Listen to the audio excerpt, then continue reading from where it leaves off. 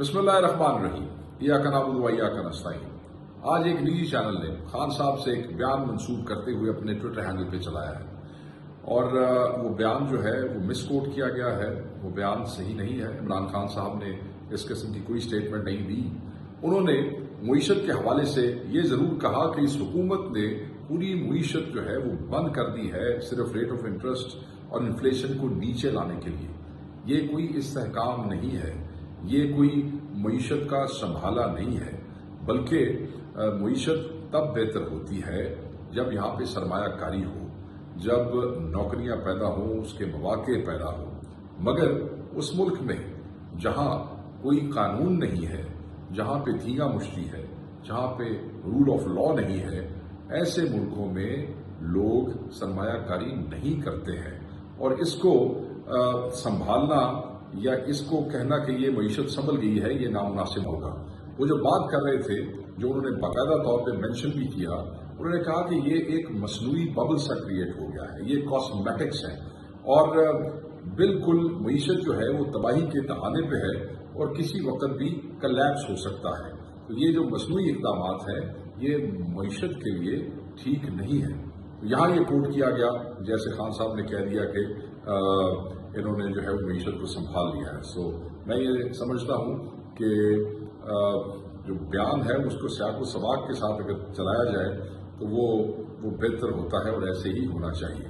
دوسری امپورٹنٹ چیز یہ ہے کہ سول نافرمانی کی کال کے حوالے سے بڑا کنفیوژن ہے۔ پچھلے چند دنوں سے ہم بار بار ہر ٹی وی چینل پہ دوستوں سے جو پیپرز لیتے ہیں یا جو ہمارے ساتھی بھائی ہیں جو ہم سے انپٹ لیتے ہیں اپنی خبریں فائل کرنے سے پہلے، ہم انہیں بڑے واضح کہہ چکے ہیں کہ آج تک پاکستان تحریک انصاف کے کسی بھی ذمہ دار نے، جو سرکردہ لیڈران ہیں، انہوں نے یہ کال واپس نہیں لی ہے، کیونکہ وہ لے نہیں سکتے ہیں۔ یہ عمران خان صاحب کی کال ہے جو ڈائریکٹ اوورسیز پاکستانیز کے نام ہے، اور وہ کال ابھی تک جو کی توں ہے، وہ واپس نہیں لی گئی ہے۔ انہوں نے آج دوبارہ اڈیالہ سے اپنے میسج میں کہا ہے کہ سول نافرمانی کی کال موجود ہے۔ اچھا، اب اس میں یہ ہے کہ وہ جو کال کے حوالے سے بار بار لوگ ایشو بنانے کی کوشش کر رہے ہیں، وہ صرف کنفیوژن پیدا کر رہے ہیں۔ تو دوسرا جو ایک اہم نقطہ ہے وہ یہ ہے کہ جو مذاکرات کے حوالے سے ٹائم فریم کا کہا گیا تھا، وہ خان صاحب نے 31 جنوری کی ڈیٹ جو ہے وہ کہہ دیا ہے کہ 31 جنوری تک جو ہے چیزوں کو کسی سمت میں نکلنا چاہیے۔ سول ڈس اوبیڈینس میں انہوں نے کہا کہ اگر مذاکرات میں پیش رفت مثبت نظر آئی تو میں اس پہ کال دوں گا اس کو روکنے کی، ورنہ یہ ایسے ہی رہے گی۔ تو یہ دو چار کنفیوژن تھے جو پھیلائے جا رہے تھے، تو میں نے کہا کہ اس پہ بات کرنا بڑی ضروری ہے۔ اب ملٹری ٹرائلز کے حوالے سے جو آج سزائیں ہوئی ہیں، اس پہ پاکستان تحریک انصاف کا موقف وہی ہے جو آج سے چند دن پہلے ہونے والے ٹرائل کے حوالے سے تھا۔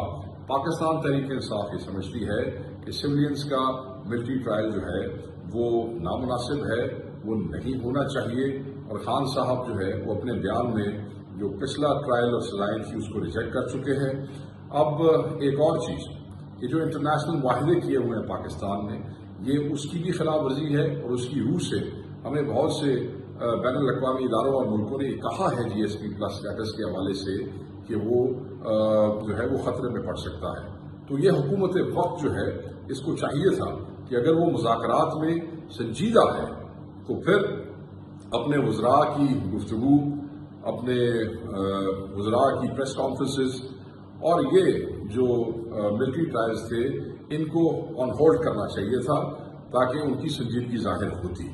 بہرحال مذاکرات جو ہیں وہ جاری رہیں گے، 2 کو وہ نشست ہوگی، اور کیونکہ پہلی ملاقات پریلیمنری میٹنگ تھی، اب خان صاحب سے آج کمیٹی کی ملاقات بھی ہوئی ہے، اور ملاقات کے بعد بہت سی انسٹرکشنز اور چیزیں جو ہیں وہ ہدایات ان کے پاس ہیں، کمیٹی کے پاس، انہی ہدایات کی روشنی میں دوبارہ بیٹھیں گے۔ خان صاحب نے واضح کہہ دیا ہے کہ جو 2 نکات انہوں نے دیے تھے اسیران کی رہائی کے حوالے سے اور 9 مئی اور 26 کے جوڈیشل کمیشن کے حوالے سے، اس پہ وہ بالکل کسی بھی قسم کا کمپرومائز جو ہے وہ نہیں کریں گے۔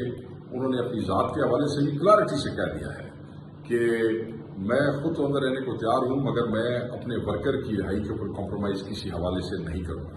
انہوں نے کے پی کی گورنمنٹ، اپنے M L As, M P As اپنے چیف منسٹر علی امین خان پر مکمل اعتماد کا اظہار کیا ہے اور میسج دیا ہے تھرو صاحبزادہ حامد رضا صاحب، اور ساتھ انہوں نے ورکر کے لیے کہا ہے کہ یہ ورکر میرا فخر ہے اور یہ ورکر قربانیاں دے کے حقیقی پاکستان کی